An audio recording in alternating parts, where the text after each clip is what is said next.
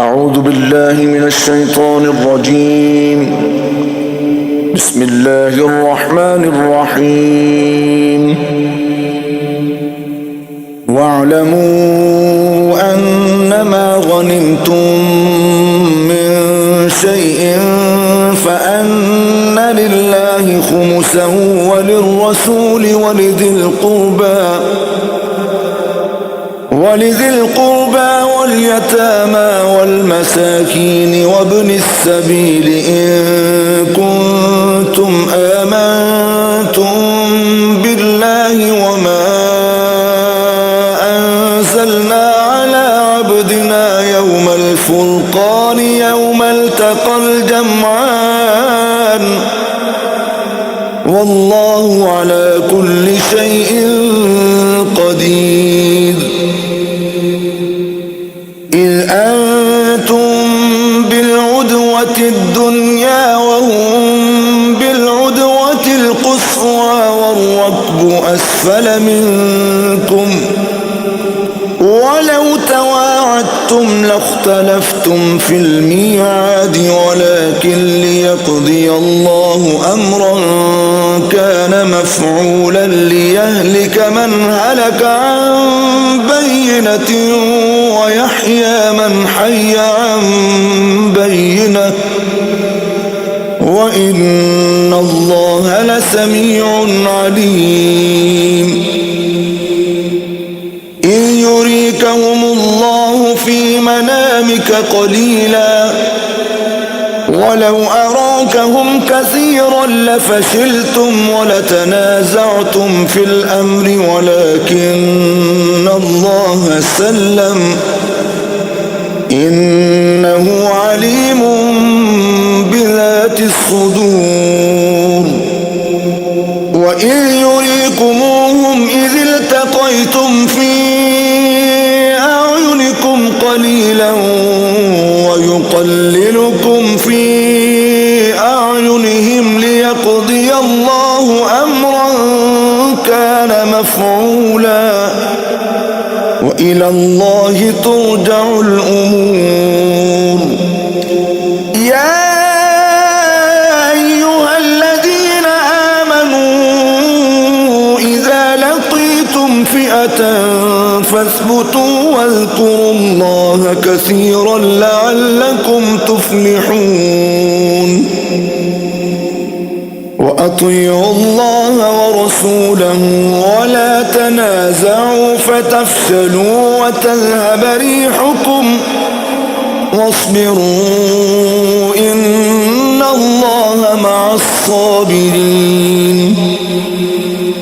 ولا تكونوا كالذين خرجوا من ديارهم بطرا ورئاء الناس ويصدون عن سبيل الله والله بما يعملون محيط. وإذ زين لهم الشيطان أعمالهم وقال لا غالب لكم اليوم من الناس وإني جار لكم فلما تراءت الفئتان نكص على عقبيه وقال إني بريء منكم إني أرى ما لا ترون إني أخاف الله والله شديد العقاب. إذ يقول المنافقون والذين في قلوبهم مرض غر هؤلاء دينهم ومن يتوكل على الله فإن الله عزيز حكيم. ولو ترى إذ يتوفى الذين كفروا الملائكة يضربون وجوههم وأدبارهم وذو الحريق ذلك بما قدمت أيديكم وأن الله ليس بظلام للعبيد كدأب آل فرعون والذين من قبلهم كفروا بآيات الله فأخذهم الله بذنوبهم إن الله قوي شديد العقاب ذلك بأن الله لم يك مغيرا نعمة أنعمها على قوم حتى يغيروا ما بأنفسهم وأن الله سميع عليم كدأب آل فرعون والذين من قبلهم كذبوا بآيات ربهم فأهلكناهم بذنوبهم وأغرقنا آل فرعون وكل كانوا ظالمين إن شر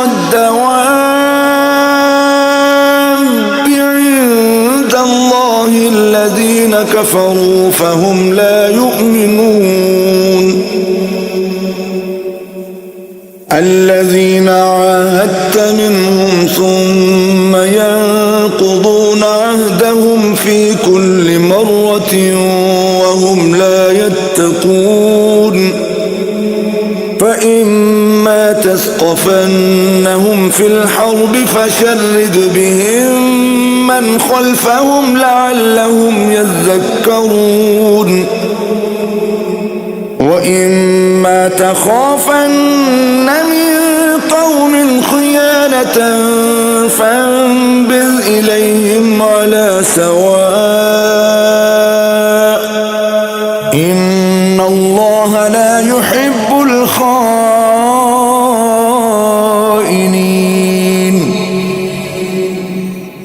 ولا يحسبن الذين كفروا سبقوا إنهم لا يعجزون وأعدوا لهم ما استطعتم من قوة ومن رباط الخيل ترهبون به عدو الله وعدوكم وآخرين من دونهم لا تعلمونهم الله يعلمهم وما تنفقوا من شيء في سبيل الله يوفى إليكم وأنتم لا تظلمون وإن جنحوا للسلم فاجنح لها وتوكل على الله إنه هو السميع العليم وإن يريدوا أن يخدعوك فإن حسبك الله هو الذي أيدك بنصره وبالمؤمنين وألف بين قلوبهم لو أنفقت ما في الأرض جميعا ما ألفت بين قلوبهم ولكن الله ألف بينهم إنه عزيز حكيم يا أيها النبي حسبك الله ومن اتبعك من المؤمنين يا أيها النبي حرض المؤمنين على القتال إن يكن منكم 20 صابرون يغلبوا 200 وإن يكن منكم 100 يغلبوا 1000 من الذين كفروا بأنهم قوم لا يفقهون الآن خفف الله عنكم وعلم أن فيكم ضعفا فإن يكن منكم 100 صابرة يغلبوا 200 وإن يكن منكم 1000 يغلبوا 2000 بإذن الله والله مع الصابرين. ما كان لنبي أن يكون له أسرى حتى يثخن في الأرض تريدون عرض الدنيا والله يريد الآخرة والله عزيز حكيم. لولا كتاب من الله سبق لمسكم فيما أخذتم عذاب عظيم فكلوا مما غنمتم حلالا طيبا واتقوا الله إن الله غفور رحيم. يا أيها النبي قل لمن في أيديكم من الأسرى إن يعلم الله في قلوبكم خيرا يؤتكم خيرا مما أخذ منكم ويغفر لكم والله غفور رحيم. وإن يريدوا خيانتك فقد خانوا الله من قبل فأمكن منهم والله عليم حكيم. إن الذين آمنوا وهاجروا وجاهدوا بأموالهم وأنفسهم في سبيل الله والذين آووا ونصروا أولئك بعضهم أولياء بعض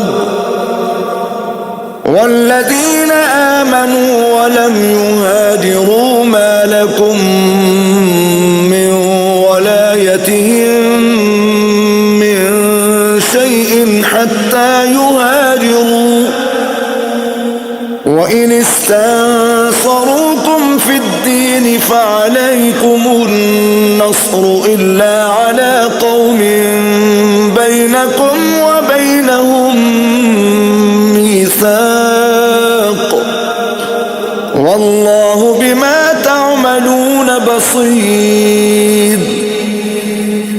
والذين كفروا بعضهم أولياء بعض إلا تفعلوه تكن فتنة في الأرض وفساد كبير. والذين آمنوا وهاجروا وجاهدوا في سبيل الله والذين آووا ونصروا أولئك هم المؤمنون حقا لهم مغفرة ورزق كريم.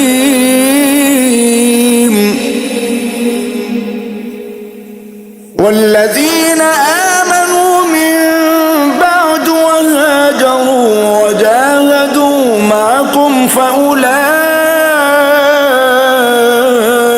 منكم وأولو الأرحام بعضهم أولى ببعض في كتاب الله إن الله بكل شيء عليم.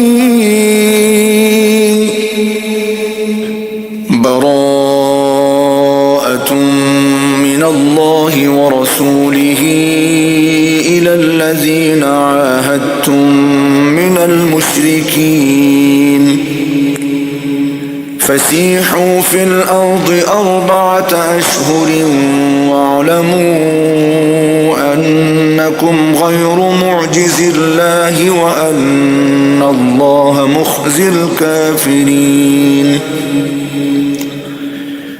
وأذان من الله ورسوله إلى الناس يوم الحج الأكبر أن الله بريء من المشركين ورسوله فإن تبتم فهو خير لكم وإن توليتم فاعلموا أنكم غير معجز الله وبشر الذين كفروا بعذاب أليم.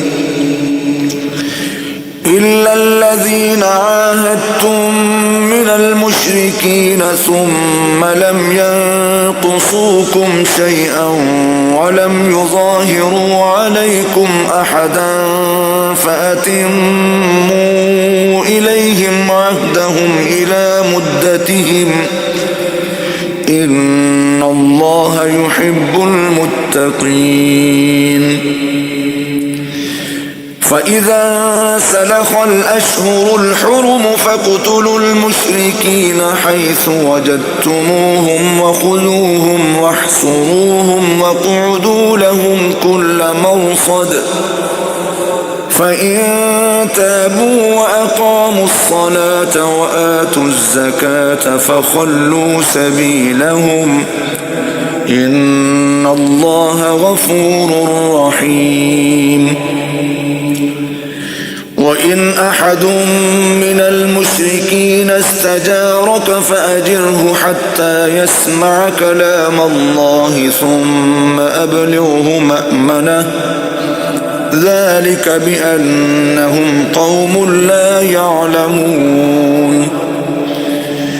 كيف يكون للمشركين عهد عند الله وعند رسوله إلا الذين عاهدتم عند المسجد الحرام فما استقاموا لكم فاستقيموا لهم إن الله يحب المتقين. كيف وإن يظهروا عليكم لا يرقبوا فيكم إلا ولا ذمة يرضونكم بأفواههم وتأبى قلوبهم وأكثرهم فاسقون. اشتروا بآيات الله ثمنا قليلا فصدوا عن سبيله إنهم ساء ما كانوا يعملون. لا يرقبون في مؤمن إلا ولا ذمة وأولئك هم المعتدون. فإن تابوا وأقاموا الصلاة وآتوا الزكاة فإخوانكم في الدين ونفصل الآيات لقوم يعلمون. وإن نكثوا أيمانهم من بعد عهدهم وطعنوا في دينكم فقاتلوا أئمة الكفر إنهم لا أيمان لهم لعلهم ينتهون. ألا تقاتلون قوما نكثوا أيمانهم وهموا بإخراج الرسول وهم بدؤوكم أول مرة أتخشونهم فالله أحق أن تخشوه إن كنتم مؤمنين.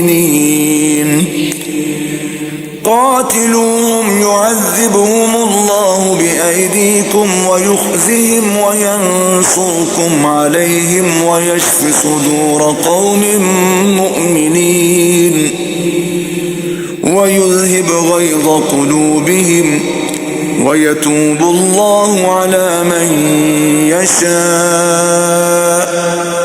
والله عليم حكيم. أم حسبتم أن تتركوا ولما يعلم الله الذين جاهدوا منكم ولم يتخذوا من دون الله ولا رسوله ولا المؤمنين وليجة والله خبير بما تعملون. ما كان للمشركين أن يعمروا مساجد الله شاهدين على أنفسهم بالكفر أولئك حبطت أعمالهم وفي النار هم خالدون. إنما يعمر مساجد الله من آمن بالله واليوم الآخر وأقام الصلاة وآتى الزكاة ولم يخش إلا الله فعسى أولئك أن يكونوا من المهتدين. أجعلتم سقاية الحاج وعمارة المسجد الحرام كمن آمن بالله واليوم الآخر وجاهد في سبيل الله لا يستوون عند الله والله لا يهدي القوم الظالمين. الذين آمنوا وهاجروا وجاهدوا في سبيل الله بأموالهم وأنفسهم أعظم درجة عند الله وأولئك هم الفائزون.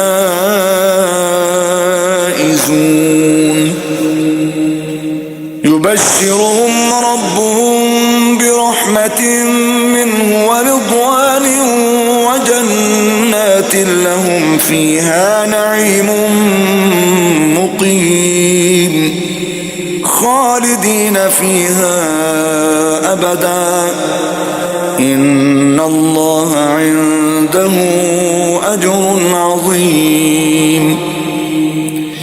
يا أيها الذين آمنوا لا تتخذوا آباءكم وإخوانكم أولياء إن استحبوا الكفر على الإيمان ومن يتولهم منكم فأولئك هم الظالمون.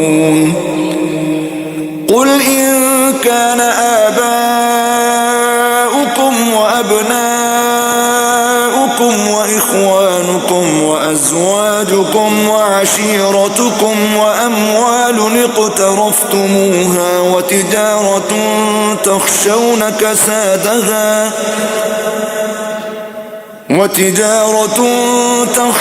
كسادها ومساكن ترضونها أحب إليكم من الله ورسوله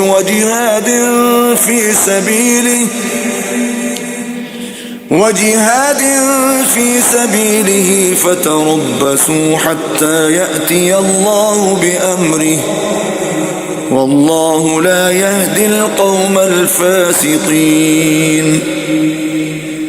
لقد نصركم الله في مواطن كثيرة ويوم حنين إذ أعجبتكم كثرتكم فلم تغن عنكم شيئا وضاقت عليكم الأرض بما رحبت ثم وليتم مدبرين.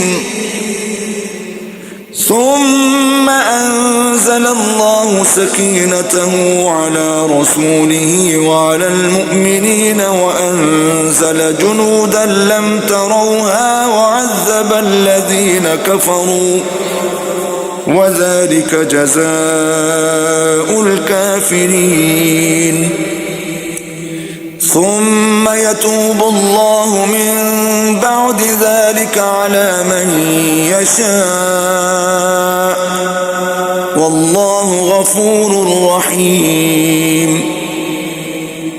يا أيها الذين آمنوا إنما المشركون نجس فلا يقربوا المسجد الحرام بعد عامهم هذا وإن خفتم عيلة فسوف يغنيكم الله من فضله إن شاء إن الله عليم حكيم. قاتلوا الذين لا يؤمنون بالله ولا باليوم الآخر ولا يحرمون ما حرم الله ورسوله ولا يدينون دين الحق من الذين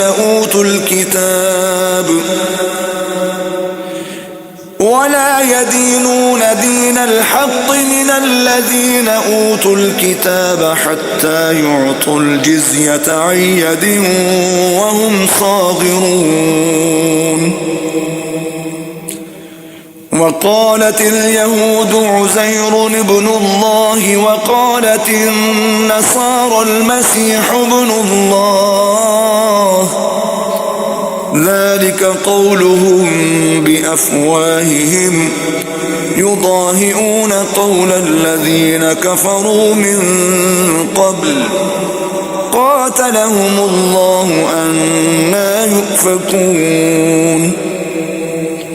اتخذوا أحبارهم ورهبانهم أربابا من دون الله والمسيح ابن مريم وما أمروا إلا ليعبدوا إلها واحدا لا إله إلا هو سبحانه عما يشركون.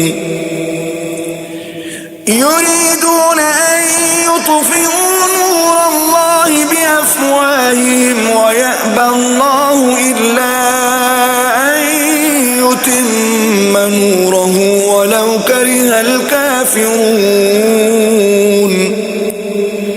هو الذي أرسل رسوله بالهدى ودين الحق ليظهره على الدين كله ولو كره المشركون.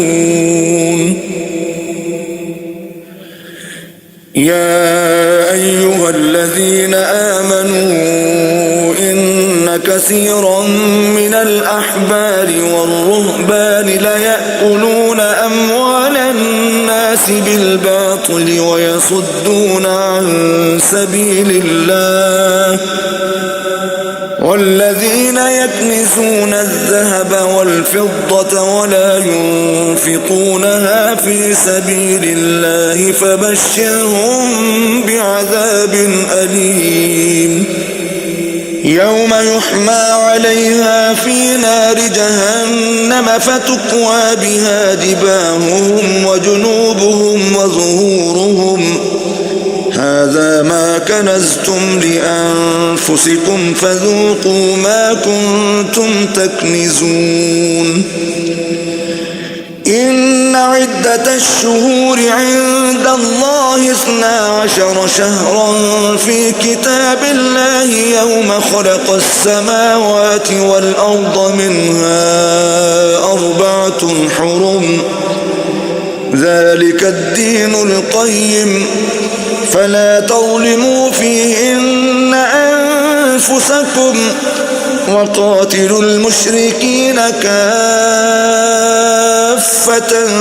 كما يقاتلونكم كافة واعلموا أن الله مع المتقين.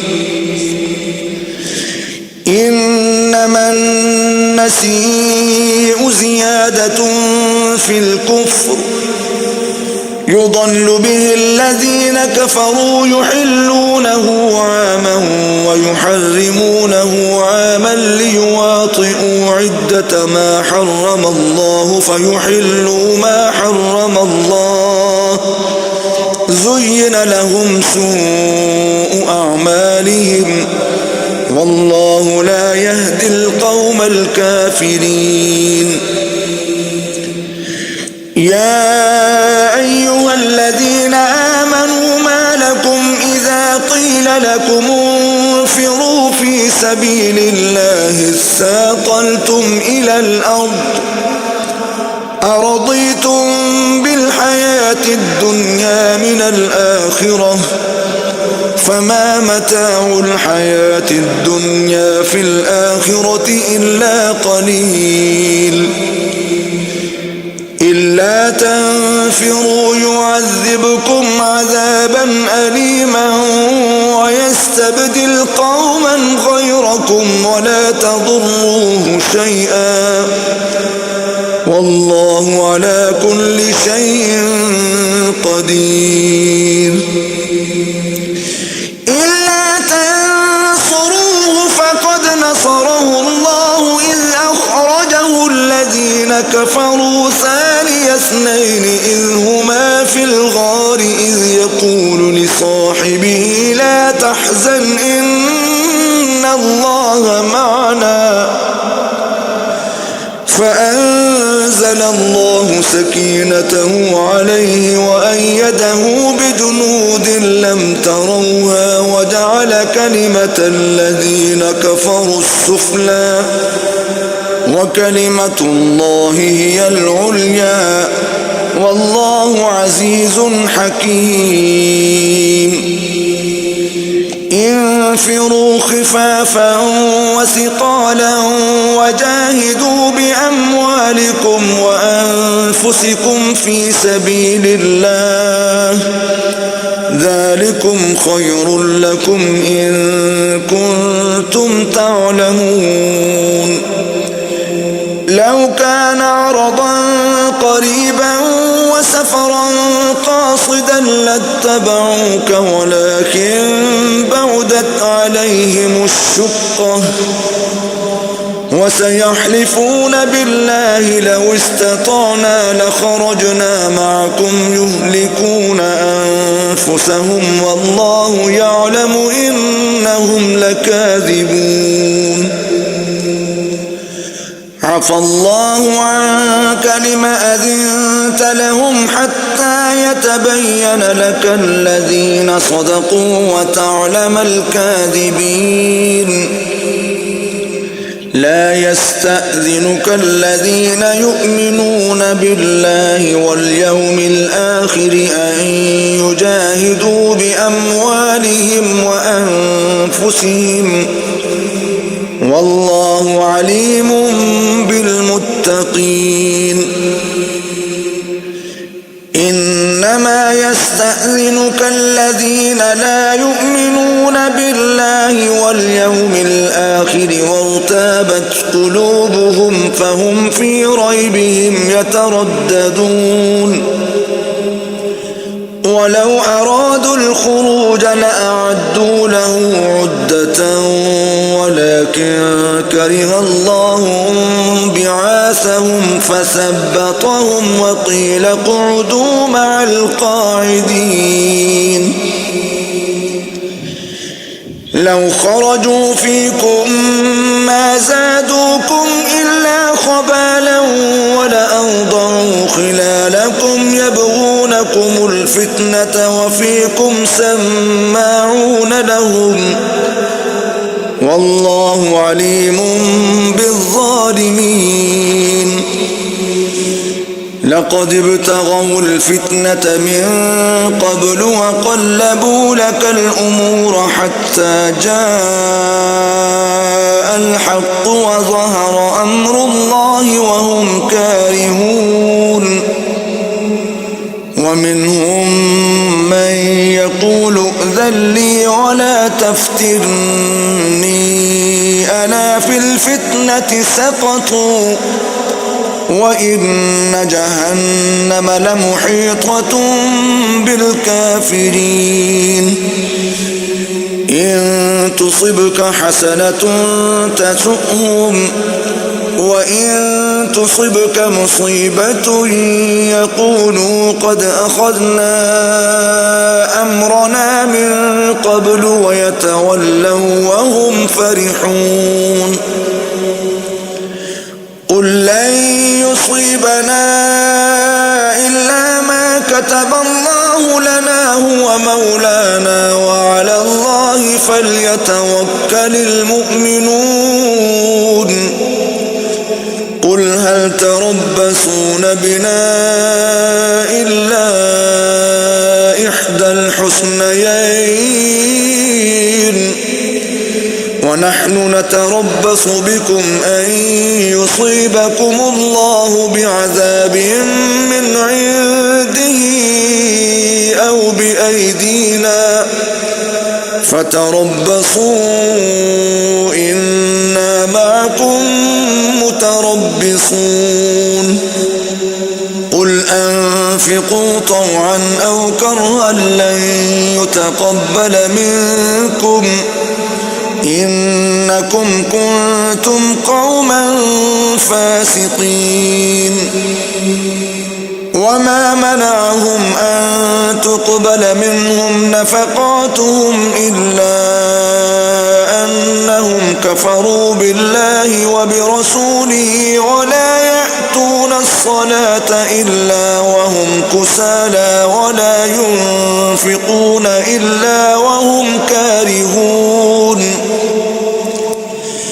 فلا تعجبك أموالهم ولا أولادهم إنما يريد الله ليعذبهم بها في الحياة الدنيا وتزهق أنفسهم وهم كافرون ويحلفون بالله إنهم لمنكم وما هم منكم ولكنهم قوم يفرقون لو يجدون ملجأ أو مغارات أو مدخلا لولوا إليه وهم يجمحون ومنهم من يلمزك في الصدقات فإن أعطوا منها رضوا وإن لم يعطوا منها إذا هم يسخطون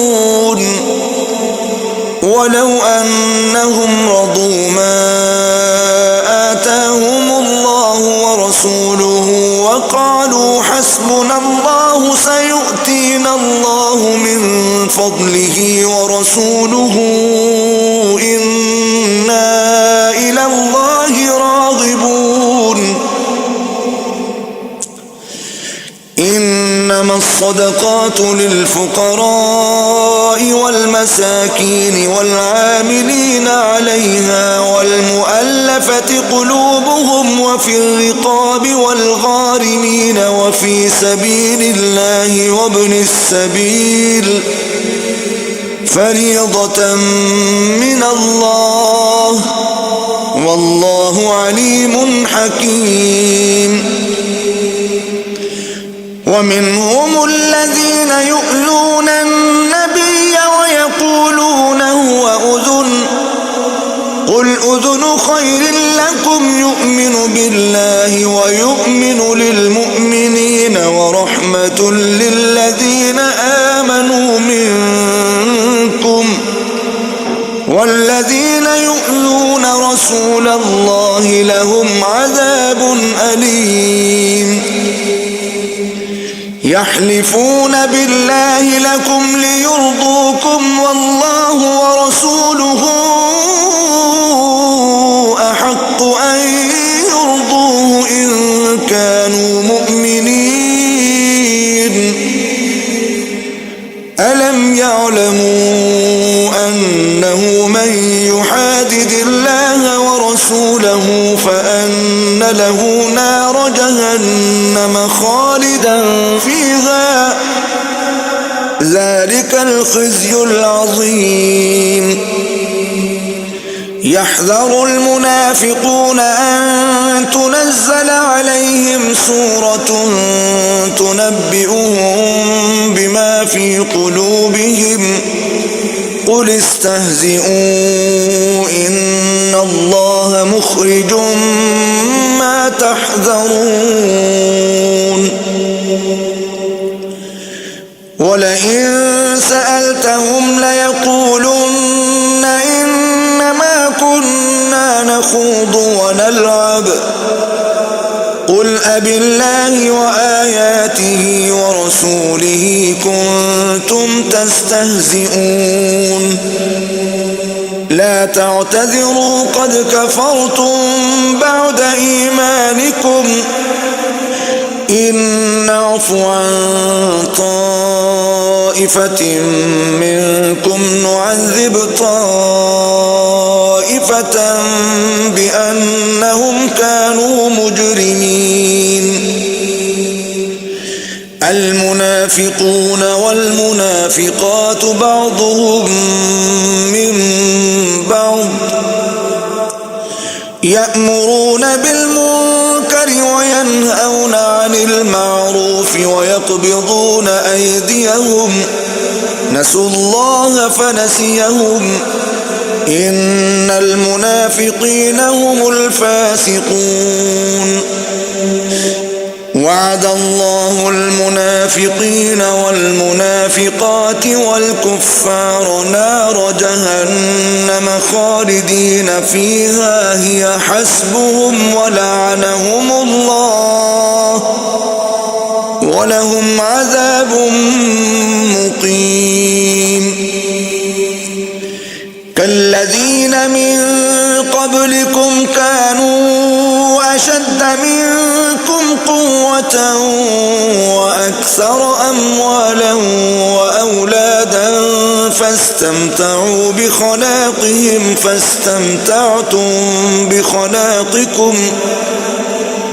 فاستمتعتم بخلاقكم كما استمتع الذين من قبلكم بخلاقهم وخضتم كالذي خاضوا أولئك حبطت أعمالهم في الدنيا والآخرة وأولئك هم الخاسرون. ألم يأتهم نبأ الذين من قبلهم قوم نوح وعاد وثمود وقوم إبراهيم وأصحاب مدين والمؤتفكات أتتهم رسلهم بالبينات فما كان الله ليظلمهم ولكن كانوا أنفسهم يظلمون. والمؤمنون والمؤمنات بعضهم أولياء بعض يأمرون بالمعروف وينهون عن المنكر ويقيمون الصلاة ويؤتون الزكاة ويطيعون الله ورسوله أولئك سيرحمهم الله إن الله عزيز حكيم. وعد الله المؤمنين والمؤمنات جنات تجري من تحتها الأنهار خالدين فيها ومساكن طيبة في جنات عدن ورضوان من الله أكبر ذلك هو الفوز العظيم. يا أيها النبي جاهد الكفار والمنافقين واغلظ عليهم ومأواهم جهنم وبئس المصير. يحلفون بالله ما قالوا ولقد قالوا كلمة الكفر وكفروا بعد إسلامهم وهموا بما لم ينالوا وما نقموا إلا أن أغناهم الله ورسوله من فضله فإن يتوبوا يك خيرا لهم وإن يتولوا يعذبهم الله عذابا أليما في الدنيا والآخرة وما لهم في الأرض من ولي ولا نصير. ومنهم من عاهد الله لئن آتانا من فضله لنصدقن ولنكونن من الصالحين فلما آتاهم من فضله بخلوا به وتولوا وهم معرضون فأعقبهم نفاقا في قلوبهم إلى يوم يلقونه بما أخلفوا الله ما وعدوه وبما كانوا يكذبون. ألم يعلموا أن الله يعلم سرهم ونجواهم وأن الله علام الغيوب. الذين يلمزون المتطوعين من المؤمنين في الصدقات والذين لا يجدون إلا جهدهم فيسخرون منهم سخر الله منهم ولهم عذاب أليم. استغفر لهم أو لا تستغفر لهم إن تستغفر لهم 70 مرة فلن يغفر الله لهم ذلك بأنهم كفروا بالله ورسوله والله لا يهدي القوم الفاسقين. فرح المخلفون بمقعدهم خلاف رسول الله وكرهوا أن يجاهدوا بأموالهم وأنفسهم في سبيل الله وقالوا لا تنفروا في الحر قل نار جهنم أشد حرا لو كانوا يفقهون.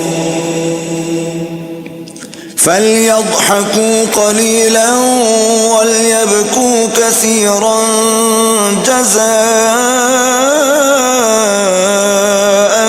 بما كانوا يكسبون.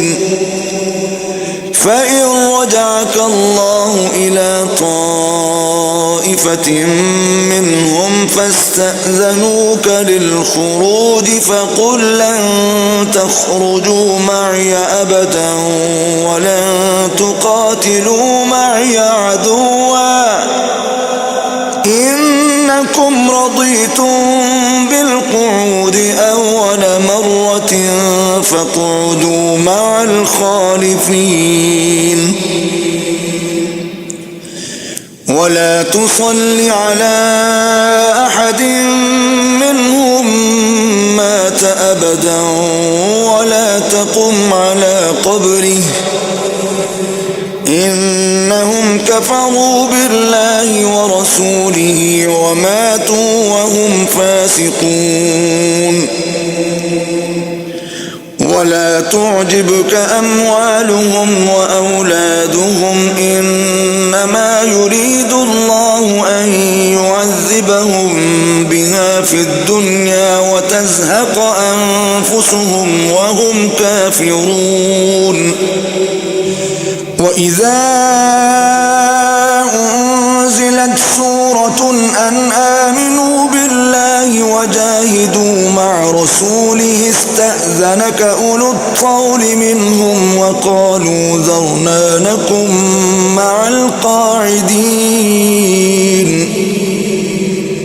رضوا بأن يكونوا مع الخوالف وطبع على قلوبهم فهم لا يفقهون لكن الرسول والذين آمنوا معه جاهدوا بأموالهم وأنفسهم وأولئك لهم الخيرات